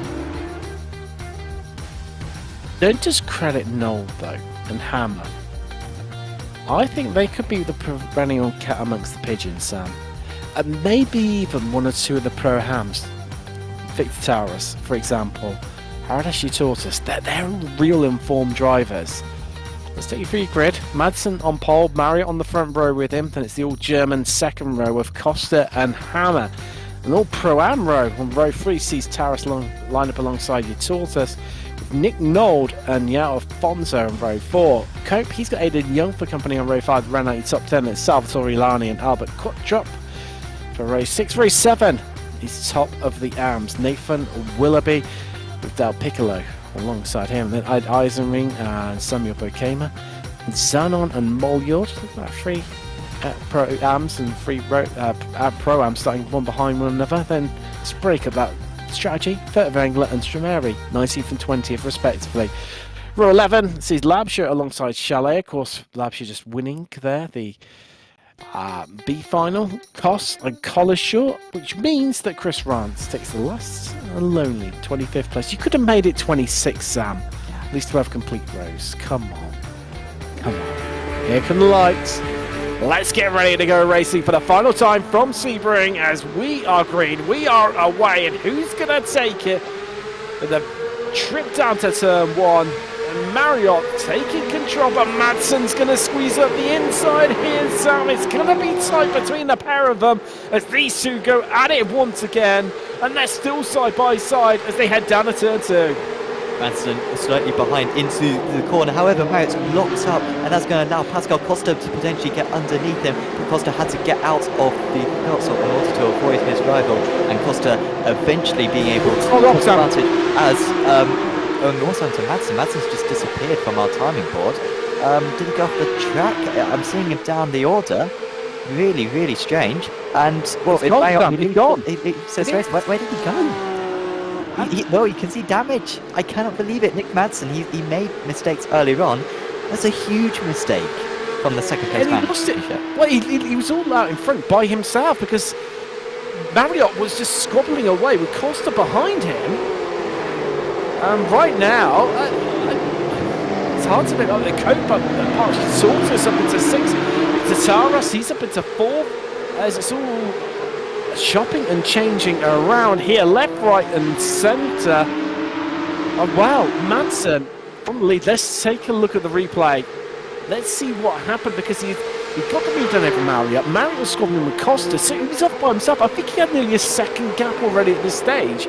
So this bit we knew about. We saw it in live pictures. It was a great bit of move, a great drive from Madsen to get up the inside there, take control to squeeze Marriott wide, and then here we go. What happened? Oh, God, just falls off the curb, Sam, and that's it, into the wall. Yeah, wow. Wow. Tommy Molliot having an issue as well. I think there'd be a bit of a slowdown for him. Ed Eisenring, the other driver, with a setback. But bar that, not really a whole lot of changes. It was very Monza-esque when we saw those kind of 3 drivers wide with walls surrounding the circuit. I was a bit concerned we might see a pile-up as Costa, with an awful exit from Sunset Bend. He was all over the place, and Hammer is taking advantage of this one. Can he get underneath? We've seen this move work several times, but Costa should be able to cover it off. Costa will be frustrated. He wasn't quite able to get past Matt, who himself made a mistake into this corner 1 lap ago. But Costa stays in 2nd place, but has dropped out of the draft range of the French driver who leads this A final. And Marriott, this would be his first race win of the season in an A final. This would be a huge one for him, which would extend his championship lead. Philip Hammer spotting that he was on the stream there. Saw the little eyes glance up and then a little chuckle. Great to see he's got a smile back on his face as well. We haven't seen that in a while. He's been laser focused and back onto the podium as things stand at the moment. 3-minute mark out of 18. Marriott leads from Costa. Hammer, your podium. Taras leading Pro-Am, 4th overall. There's Nord, Co, Yatorta 7th, 2nd in Pro-Am. Young, Alfonso, 9th overall, completing the podium. Pro-Am. Larney running at the top 10. Then it's Willoughby in Am, who's leading the way. He's 12th overall. That's a great result for Nathan Willoughby. Then we've got Zanon and Collishaw, 2nd and 3rd, 17th and 19th respectively overall in class. Biggest position climber. He's at it again. He's up another position. It's Ivo Laubscher. Great drive for the Swiss. It's a 13th now, Sam. Started on the penultimate row. In form. Just won a B final. So let's go after the A final. Let's see what we can achieve. He's going to be knocking on the door of, well, I mean, he's in part of this big long train, son, that goes pretty much all the way to Mario. Costa with a slowdown. He was trying to not serve it as much because it's a little bit further into the race, so the slowdown isn't as debilitating. As that's going to be contact because he was so slow, and Thomas Cope just not anticipating how slow he would be, and made contact. And now we've got a current war. I think that's Aidan Young making contact with Haldas Yatortas. Yatortas all of a sudden moving to the left, and Costa trying to protect his positions in all of this as well. 3 drivers having 3 different narratives all converging in on one another. Young trying to do the Mark Fletcher overtake that we saw earlier on in the Clear Cups. It didn't quite work for him. I think it will be Yatortas leading this one away, but can Young get underneath Costa as well after that slowdown for the Impulse Racing driver? He can get it done. Look at the swamp of cars who are all behind as well. Costa's getting eaten up right now, Sam. I'll tell you what, he could even lose more positions. He's gone across the racing line, but that's just opened up for Alfonso and Larney to attack him, and Costa's going to lose another position here. Sam, he can't cover it off, he can't defend it, and there's contact on the exit out of the hairpin, and that's another position down. That's Alfonso ahead of Costa, who's gone from podium to 9th to 10th as Larney's now past him, although at least Costa has got the inside. But if Larney can just keep his nose in there, he'll secure this from the German. And wow, Costa having to bang doors yet again, running to wide, and he could even lose another place as they're all queuing up. So it's like they're taking a ticket to the cheese counter and queuing up to have a go at him, just waiting for their number to be called up.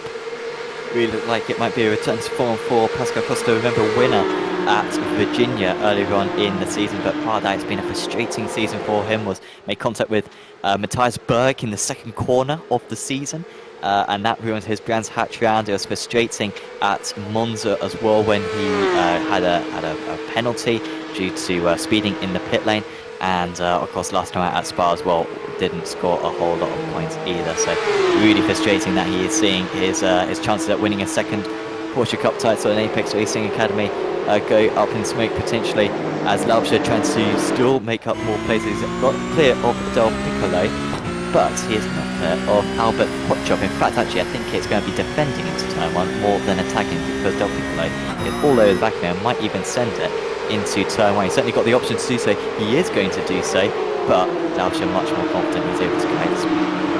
He's he's got that one. Well, I was about to say he's got that one sorted. And although he carried the speed, Sam, I think he had to get out of it because here comes Del Piccolo, just looking in the background there. Chalet past Willoughby. Willoughby on sort for an incredibly strong result here in Am. Oh, that's Del Piccolo off. That was a bit of a close rejoin, and nearly into Collishaw and Zanon as they made their way past. And that's been a change, I believe, as well for second and between those two. Collishaw has actually done pretty well, considering that he's up 6 places. He should have, realistically, Sam. He was the fastest of the AMs in practice and in qualifying as well. So he's on for a good result. Likewise, I mean, Willoughby, great qualifying, just struggled being caught in incidents. It's a great drive from him, and hopefully he can finish and close out this race in 14th as we approach, fast approaching half race distance. However, it's happening against a pro, someone who's not a pro, let's say. We don't have pro-am in Clio Cup, but someone who's not a pro on the podium overall in the final race of the evening from that category. Yeah, and Knowles, he currently sits in the championship in 4th position. Only one podium so far this season for Nicholas Knowles. I think he had a good chance at VAI, if I recall correctly. I think he was alongside his teammate Pascal Costa down to turn 1 and just went straight on, and that sort of ruined his chances. He skims the wall. I love that final corner, what they've done to it now with the banking. Because it really does promote you skimming the wall. A little bit of skimming as well between cars there. Salvatore Lane ahead of Pascal Costa still, just trying to recover those positions that he lost earlier on due to that slowdown. Yeah, Knowles, I mean, to be honest, I'm trying to figure out the championship implications. It'd basically be just good for Max v Marriott, because with Nick Madsen out of play and with Velgut not around in this event, yeah, it's going to be a while clear as we see some replays of earlier on. That's one 3D gap driver spinning. That was Tommy Mollion spinning wall. And that was Young going in the wall. Young has recovered well from that day, Sam. He's up into 7th, and he's still fighting his tosses as well. Wow. They can't get anyone between. Exactly, that's Costa getting amongst quite literally gutting for him, and still hasn't really recovered him. He's still all the way down in 10th now, after being on the podium, maybe even having a chance of victory here today from Sebring. Yeah, I mean, it looked like he was going to take the lead, didn't it? 2 corners in. A long way away from that now. That was Del Piccolo getting turned and coming off the track. Here we go. Koss past Willoughby. Some people were saying how Koss wouldn't even get into this race, and look at that, he's up to 14th place. Rub it in, Sam. Rub it in. Nick Madsen, by the way, had to take a fast repair. However, he did just set the fastest 4th sector of anyone. Now, this circuit was built in the days that there was pretty much a sector for every corner on iRacing. And so there are 7 on the circuit. So that is a tiny sector. It's 12.5 seconds long. But it's really the only thing that Nick has available to clutch onto, because he's 20 seconds behind the next car. There is Thomas Cope. From the Apex Racing Centre. She's just downstairs below the esports studio. You must be very pleased, Tim, that he's not going to be grumpy when he comes and has a chat with you today, because he's actually going to be willing to answer questions rather than, frankly, what was occurred at a couple of meetings for him so far this season, which is sort of the less said the better. He's going to be happy with this one. I mean, he's up 4 places, started 9th, up into 5th. Looking good for fourth in class as well. Really, really strong performance. And still not done and dusted here. We've got 7 minutes remaining. A lot can happen. Saw a amount that happened in the heat races, and they were only 10 minutes long. So, we just got started in the heat race if you look at it like that. It's still getting started. Aiden Young all over the back of Tortoise right now. Strong showing from the Pro-Ams here from Sebring. This Tortoise got it in and to hold him off as Loudshire just having a look at the inside of Quadrup, and can he get it done? Oh, this is going to be another drag race out of this sector here, but he's going to have the inside into the next corner, Sam, and he doesn't even need it. He's a haste across onto the racing line. Says, thank you very much, Gottschalk. I'll have that from you.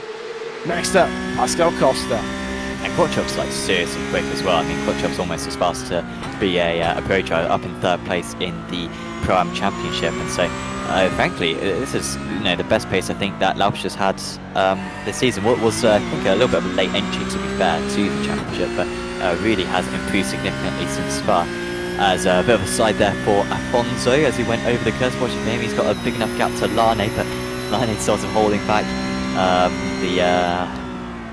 the potential rampage of Pascal Costa right now. He's penned up in 10th position. I don't feel like Cope has necessarily got the pace of these guys behind, but he is getting better and better. Remember, he only stepped on that rig a couple of hours ago to start doing practice, so the more laps that go past, he should become more consistent. There goes Young with a big dive on your Tortoise, and I don't think your Tortoise is going to be able to fend that one off. He'll be a little bit frustrated if he can't, but there's contact now between the two of them, and your Tortoise, our Pro-Am Championship leader, crashes, smashes, and destroys this car into the wall. There's going to be further contact. Oh no! I mean, he did the right. He just stayed still. It's what you normally ask of someone. Costa was alongside. I'm surprised Costa didn't see that. Wasn't to say he was stuck behind another driver. He was alongside. Well, that's ended what was a meteoric rise to the order. We saw it in the Apex Racing League F4 series as well. A very similar style incident where there was a car going incredibly slowly and the driver just didn't see it. I don't know why. I mean, baffling stuff. Wow. Tortoise out, Molliard out, Koss out. Soundboy Cambridge just having a couple of poor corners. He's dropped behind Del Piccolo and Collishaw. Also, poor couple of laps for Strameri because he's dropped down. Great couple of laps for Paul Collishaw. He was chopping down the order slightly, Collishaw, but I think he's gained about 3 places in the last couple of minutes. He's back up into 15th place. So a lot going on around this part. You can see the 4-car train sat ahead of Strameri and Furtwängler, who are currently focused on. But Wangler had to do it the hard way, didn't he? So not the best of times, realistically, as Max squeezed through into the last of the transfer spots. Right. Over up for the field. Lane, well, so that's Costa past Lane. Up to 8th for recovery on here, so we look at some replays. As that Molliard getting past, I believe. Do like that, don't we? And that was the mistake for Strameri. And that was into the wall. Oh wow! Oh, it was the second wall, wasn't it? The initial wall wasn't that bad, but then he hit a pointing out. Oh man! I mean, I'm surprised he didn't see that one. I don't know why he can, unless he, yeah, I don't know. Or maybe he was hoping that maybe he would escape the car, or maybe that anticipating that the car would just move ahead of him. But you see that second set of tyres was Costa. I mean, yeah. The more I see it, the more I can't explain it. But Cope is coming under a lot of pressure here in these closing minutes. I think they cross the line next. They're going to take the white flag. Madsen's made his way up to 17th. Zanon's dropped right down, Sam, and Cope under pressure as Young and Yao Afonso squeezing his way through, then has to relinquish Pascal. Costa's right behind him. What a recovery that could be for him. He could get himself back up into 5th, but Salvatore Lane makes up this 5-car train. Some big names in here. Someone's going to end up disappointed. Someone's going to end up happy. But I just don't know who it's going to be and in what order. Yeah, Costa crucially getting past Lane, but it took him a long time despite clearly being a faster driver tonight. I think Young's really quick, so I don't think Young will necessarily be easy prey for Costa. If anything, dare I say, maybe the competitive order is more like maybe Costa, Young, Afonso, Cope. I don't want to say they're sort of in reverse order, these 4 drivers, but Lane a similar pace to all of them. As look at that, they're trying to dive to the inside. Young is going to have to go for a move if he's going to defend against Costa. If he doesn't go for a move, then Costa will be past him. Costa's going for an alternative line there. He's going to be hitting the bumps. Is he going to be afforded space? This is where Young was almost forced into the wall by your tortoise earlier on in the event. And it's this time. Oh, that's a huge slide across the circuit for Afonso, trying to cover off any attempt. Costa is offline every single corner now, just trying to go wherever Young isn't. But it's not working out for him, and now Salvatore Lyon's going to try to come back. He dives down the inside. That one was almost easy for him right there because Young was so early on the brakes. He was so early on the brakes that here comes Lani as well. Young didn't really leave enough space, I think, there. He turned in, and that just wasn't his spin. I'll tell you what, Costa, Sam, he wrote his letter, put it in the envelope, stuck a stamp on it, went to the post box, and he sent it there. A great move from the German. Back up into 7th. I mean, talk about recovery. He's had dropped as low as 10th place. Still not over. Still has Afonso and Thomas Cope ahead of him. There is Afonso. Well, they're all a little spaced out now. Of course, it's the last lap here from Sebring in the Apex Racing Academy Porsche Cup. Marriott leading comfortably by 2 seconds. Not done and dusted, as this is the battle for second in AM. Colishaw versus Strameri, and it comes down to the last lap, and Strameri looking for the cutback. Won't get it done there. He's still got time though, hasn't he, Sam? As well, Kotchop's just got past Laubscher for 9th as Marriott rounds Le Mans and heads down the Ulmann Straight for the final time this evening. Should have been much trickier this one for Maxime Marriott, but Nick Madsen made it awfully difficult for him. And remarkably, this will be his first race win of the season. He did win at Monza until a post-race penalty dropped him back down to 3rd. And he was very close at Spa as well, so it's remarkable how it happened. But wow, this is a big race from the championship leader. Marriott takes the victory here from Sebring with a flash of the lights. Hammer comes home 2nd, and then Victor Taras, the Pro-Am driver, on the podium overall. Yeah, Afonso, he's going to be happy with that one. 2nd in class, 6th overall. Costa recovers to 7th. Salvatore Lani is going to round out your podium in Pro-Am, 8th overall. That's all about the AMs. Well, Colishaw is lost out to Strameri. Willoughby's going to win it. 12th overall, but Strameri just sneaking past Colishaw there. Didn't quite get to see it on camera, unfortunately. And with Pasquale not around tonight, could have a change for the championship lead. Eisenring's going to be right in there, and the likes of Strameri and Zanon and Co will all be, and maybe even Colishaw as well. You had a lot of catching up to do going into this round. Will all be back into the fight. So yeah, all change in the abs. Sam, what a final. That had a bit of everything, didn't it? It sure did. Well, shall we go over to the studio, where I will magically form into Thomas Cope, and you can have a chat with him. Oh, looking forward to it. We'll see you shortly as we'll watch some highlights from the race here today from Sebring.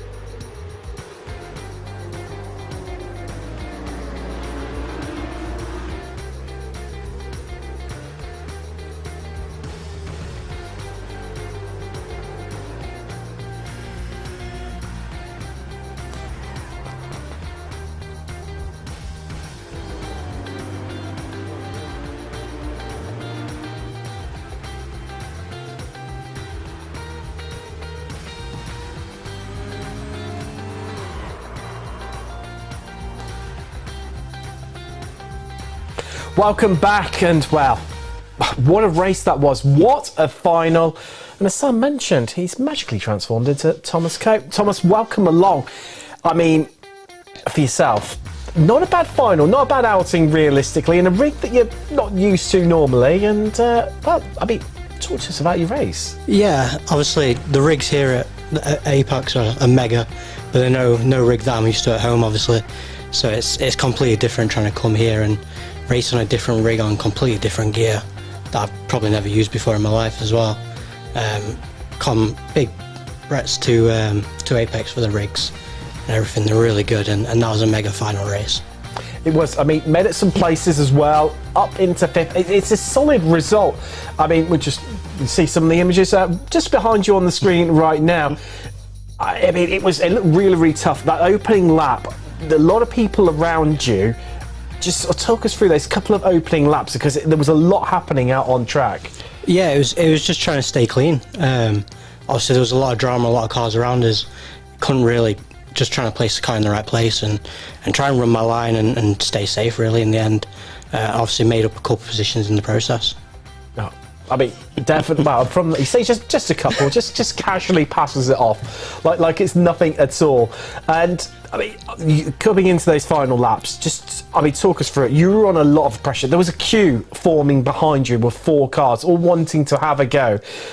I mean, how do you stay cool in a moment like that?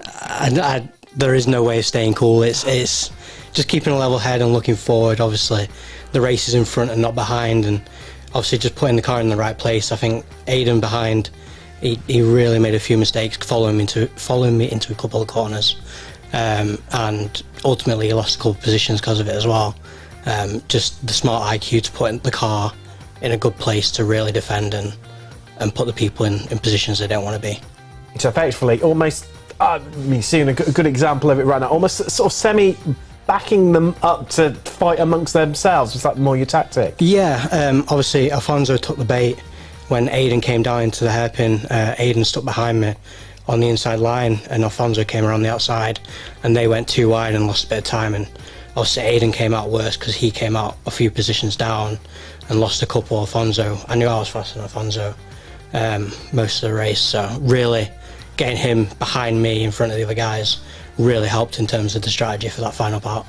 And talking about rest of the season, I mean, it's pretty much the halfway stage now, and what's your hopes, aspirations? What do you hope to achieve? Where do you think you're going to come? I'd like to say a couple more top 5 positions in races and a couple of good results.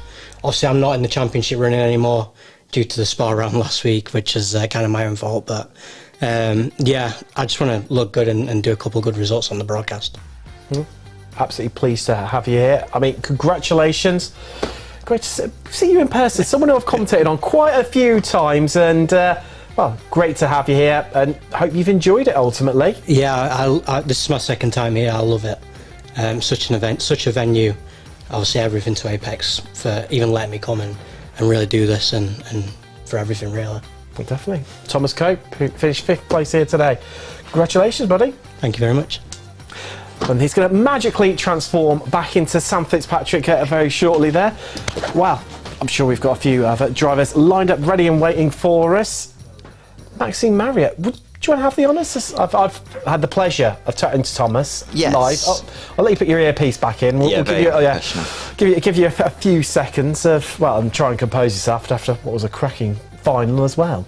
Yeah, it really was. Absolutely fantastic. And this man led it from pretty much start to finish. Maxime, congratulations. Well, let's start it off with your heats before we get into the A final. It looked fairly simple, honestly, your heat. You seem to really have the pace on the other drivers, and were able to pull out a bit of a gap by the end. Yeah, hello, thanks guys. Yeah, for start, my quali was really bad. I just completely fucked up my quali every laps. And then yes, my hit was pretty easy. Philip Hammer was really fast, but he let me by quite easily on lap 1, so it was good. And then yeah, I just have to do some clean lap and bring the victory to be on the first row of the final race. Yeah, and that put you in the perfect place to challenge Nick, of course, for the A final. I guess you couldn't really believe your luck when you saw him just spin out completely by himself at turn 3. I mean, what was going through your mind at that point? Because you're under pressure as well from behind. Yeah, exactly. Just before Nick have his incident, I almost died for myself on second corner, so I was a bit stressful at this moment. And yeah, I saw he got damaged after that, so it was quite a good news for me for the championship. But yeah, we didn't have the fight we should have on this race, so it's a bit sad, but it's okay. It's good for me on the championship. Then I saw Philippe Hammer have a really strong pace behind. I was struggling a bit with my computer. I got some freeze, so I wasn't as fast as I was thinking. But yeah, it was okay. I did some clean laps, and I'll bring the car home to take the victory finally. Yeah, I mean, it is remarkable how you haven't won like an A final so far this season, seeing that, you know, you've been the man to beat on the most part and consistently up in that sort of top 5 positions. Looking ahead to next week, how are you feeling about next week and you know, the rest of the season, you know, with the form that you've had the past few weeks? Next week is Le Mans, I think. It's I don't know, I never raced Porsche Cup on this track, so let's see. It can be fun with the draft. I think you have to have a giga strategy on this track, but let's see. I think it should be fun. And yeah, for the next, for the rest of the championship, I just have to do some clean race to not die, and it should be okay. Let's see. Well, you certainly put yourself in a really good position, Max, and congratulations on a great start to the championship. Is there anyone you'd like to give a shout out to at all? Sorry, I didn't understand. Is there anyone you'd like to give any thanks to? Yeah, to my team for the work every time to try the setup, etc. It's always a good help. And yeah, to all the drivers on this league, it's always fun to drive there. It's always really safe and the level is pretty good. So yeah, always fun to drive here, and thanks to you guys for the show every time. Awesome. Well, thank you very much, Maxime, and yeah, best of luck in 7 days' time. See you. Maxime Marriott there, your race winner, and yeah, looking really strong for the championship. He's gonna, like you said, I mean, he just needs clean. I mean, I say he just needs clean air. He can definitely lose the championship from here. Like, he can't just finish like 4th in every round or anything. But like that, he's got like a cushion now, and the fact that he can afford a bad round because all his rounds have been so strong this season is a huge advantage over everyone else in the series who have all had a bad round themselves. Life was made a lot easier by Nick Madsen. That mistake. I mean, what we were doing commentary, just sat behind us was Pro Sim racing driver for Apex Racing Team, Jamie Floke, and also a PES contender. And when he's, because I've watched it back a couple of times, the Nick Madsen incident, he just seemed to catch the curb and weirdly, and then that's what caused him to spun. He didn't touch the grass, and I turned and looked at Jamie, and he just shrugged his shoulders, like, I don't know. Yeah, it was just not comfortable over the curbs. Seemingly that setup they had. Cold tyres, absolutely. So yeah, really surprising. Got him because I thought that was going to be a battle for the ages between those two. I thought they'd be swapping places every couple of corners. Robbed. Absolutely robbed. And well, talking of someone who probably feels a little bit robbed right now, joined by Aidan Young. Aidan, welcome along. I mean, we spoke to Thomas Cope earlier. You were pushing him to the limit in terms of those last few laps, and then unfortunately it all came apart. Just talk us about your thought process and maybe why you couldn't quite get it done on Thomas, because you seem to have the edge on him in terms of pace. Yeah, I knew I could have gotten by him, but I think he just defended just the right amount to keep me behind, and then obviously JR got alongside me the next corner. Then I ended up getting, I think I got back by JR, I don't know. My brain just had a brain fart.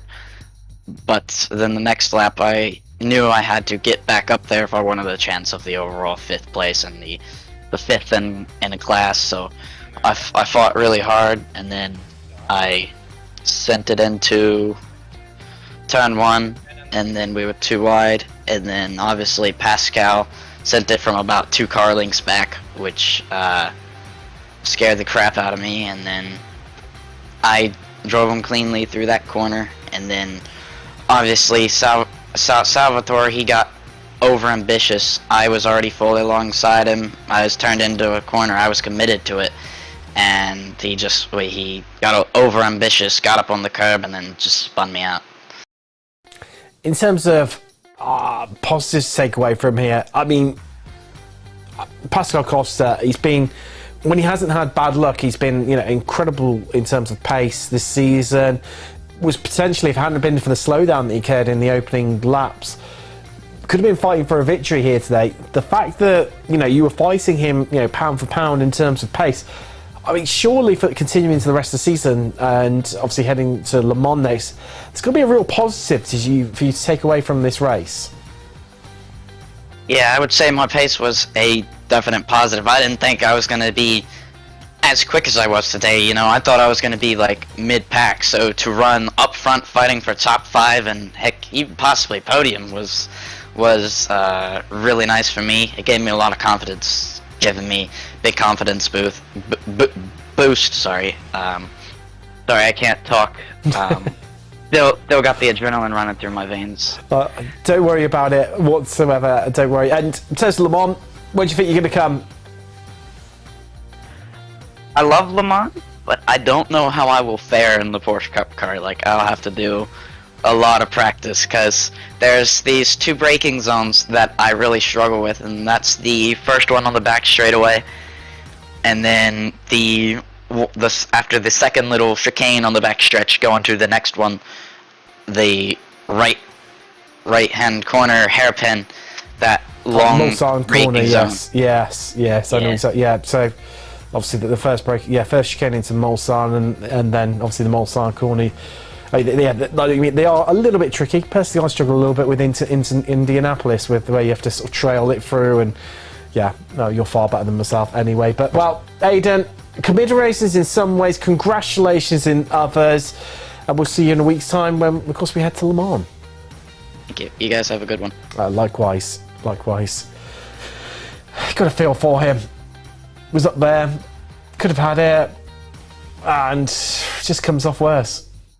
Yeah, frustrating for that one. I don't want to be harsh on Thomas because, you know, he's in the next ring, but he did ruin Aidan's race though, because I think if it weren't for Thomas, and if he was in clean air, would have been able to really set some fantastic lap times. I think actually his grid position for that A-final was lower than it should have really been, because he had that awful start at the start of his heat. Yeah, he dropped 4 positions. Yeah, so he should have been. He had the pace for a podium tonight, did Aidan, but it's really good to see he's getting faster and faster. He's a young driver. He's naturally going to get faster and faster.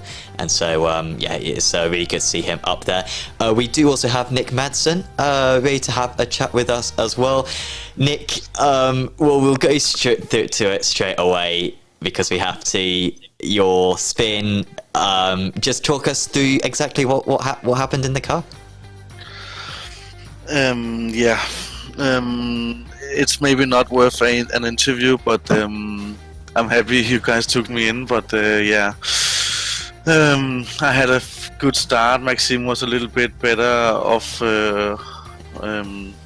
the stance. So, but yeah, turn 3, breaking into turn 2, Maxime was really on the limit on brakes, and I saw him going a little bit wide. Pascal was close to caught him, and yes, my turn 3, I hit the curb on the inside, and every single lap you do here at Sebring, you hit that curb every time. And I have hit that curb 1,000 times. I came up to the curb, and when I came down, maybe too much throttle, cold tires, the car went sideways to the right side. I tried to save it as good as I could, but just right after I hit the grass, and as you know, you cannot brake on grass, and straight into the barrier. So it was totally on my own, and I stand with what I have done. So yeah, maybe not worth an interview, as I said, but yeah, really sad for the championship from my side. So yeah, these things happen sometimes. Well, if anything, we appreciate you coming up to having an interview because it's a lot of drivers wouldn't do so. So if drivers do have a bad race, as long as they're not going to rant and rave our ears off, it's all good to come and have a chat. It's always interesting to get that insight. Let's forget about tonight's. Next week, big points available. If you can get the race win at Le Mans with the enduro layout, that could be a big swing in points. How confident are you about that one, and how much of a fuel saving track do you think that's going to be? There's going to be a lot of slipstreaming. Is it going to be a case where no one wants to lead, or do you think actually it's a case that you do want to lead and try to break the draft? I want to lead all the time, also today. As if we go a little bit back to Sebring, I had confidence after my start, and yeah, I made some huge mistakes also in my first heat race here at Sebring, locking up the wheels in some corners with cold tires. But yeah, you always want to be in front, and especially Le Mans. Like you saw on Monza, I'm not gonna fuel save anything. I just go full throttle, 100%, and try to do the best I can and try to make a gap. But it's gonna be really tough with slipstream. But I'm really looking forward to it. I love it in Porsche Cup. It's a whole different driving style from my point of view in the Porsche Cup, because you really have to be gentle because you have the minimum wing. So every time you turn the steering wheel, it's gonna be really difficult to keep on the car on track, and yeah, but for sure drive will be difficult, but yeah, let's see what happens. Well, we wish you the best of luck for that one, Nick, and you can close back up that championship and keep your hopes alive of a second title in this series. Is there anyone you'd want to give a shout out to? Yeah, you guys. I think you're really up in your game in the broadcast. It's really looking awesome after my years out. But yeah, really professional and great commentating all the way around. And yeah, just sometimes when it goes well for me, I love watching the streams. But it might not be the case here. So yeah, maybe I can enjoy Le Mans the day after the race. Well, thanks for the kind words, Nick, and thanks for having a chat with us despite the adversity tonight. And yeah, best of luck for that you can bounce back at Le Mans. Thank you, guys. I need the luck. So yeah, thank you. Nick Madsen there, of course, way down the order in the A final, losing crucial points in the championship. And of course, with a couple of iffy rounds already, couldn't really afford tonight's round, but still we're only halfway through the season, and now he's got to be hammering home those results and hope that Maxime Marriott has some issues. I think after tonight, if anyone is deserving of a beer, it's Nick Madsen, isn't it, really? Yeah. Or maybe, although Aiden Young, maybe, he was unlucky. Probably Nick just slightly edges him out. I mean, it's a tough one, isn't it? Yeah. I think we were robbed, Sam.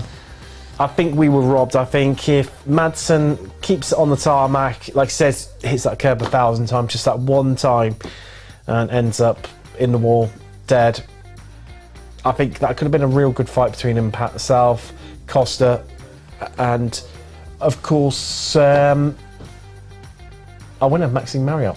His name nearly escapes me then, which is a little bit worrying. However, really good day at the office for Nathan Willoughby. First winning AM, I think that's really worth a mention. And Victor Taras on the podium overall, a Pro-Am. Of course, last time we came here, we had a Pro-Am on the podium overall in the form of Mitchell Drysdale.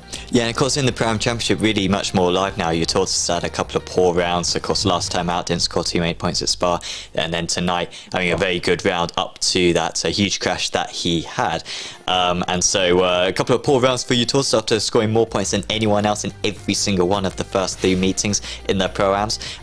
Really means that we've got a fair few contenders. So yeah, looking forward to Taras, who of course won the AMS last season in the Porsche Cup, to perhaps challenge for that title. of course, a reminder, of course, Thomas Cope was downstairs today renting out the rigs here at the Apex Racing Sim Centre, and if you want to hire out a rig yourself, do check out apexracingsim.com, and you can try out VRS's best hardware, their pedals, their wheelbase, and their rigs, and even their wheel rims coming soon as well.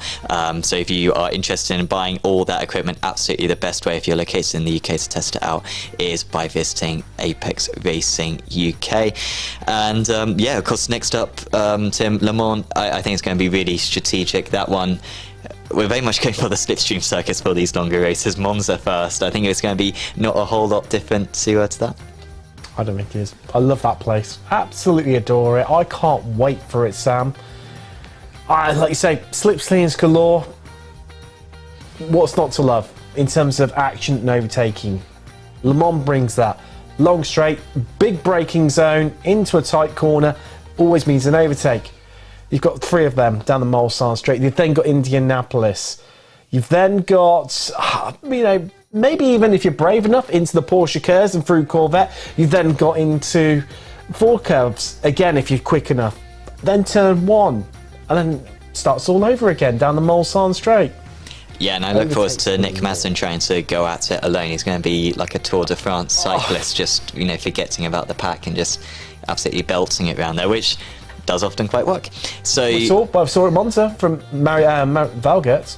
Yeah, you sort of ran it by himself and put fuel in the car as well, which turned out to be an absolute stroke of genius on that occasion. Caught everyone massively. Yeah, and so yeah, he was very strong, and of course Valgert in the end winning that race. So yeah, it'll be good. But I do think fuel saving will be important. There's so many big braking zones, like you were saying. You can lift and coast so much around that circuit. So yeah, we will see how these drivers deal with that. Have they nailed the pit stops this time? Because last time they had a mare with the pit stops. Oh, they did. They don't know how to take pit stops in this Costa car. sped into the pits, they all ruined his race. had an absolute mare. Didn't take enough fuel. Let's see if they've learnt their lesson from Monza and I think they do it right this there's time. got to be some lessons, surely. Well, we'll find out in a week's time. We'll be live from Le Mans. That's all we've got time for this week, though. I've been Tim Cox with Sam Fitzpatrick. Thanks very much for joining us. What an evening of racing it has been. From Clios to Porsche Cups. And wow, we get to do it all again from Le Mans. We'll see you in a week. Goodbye.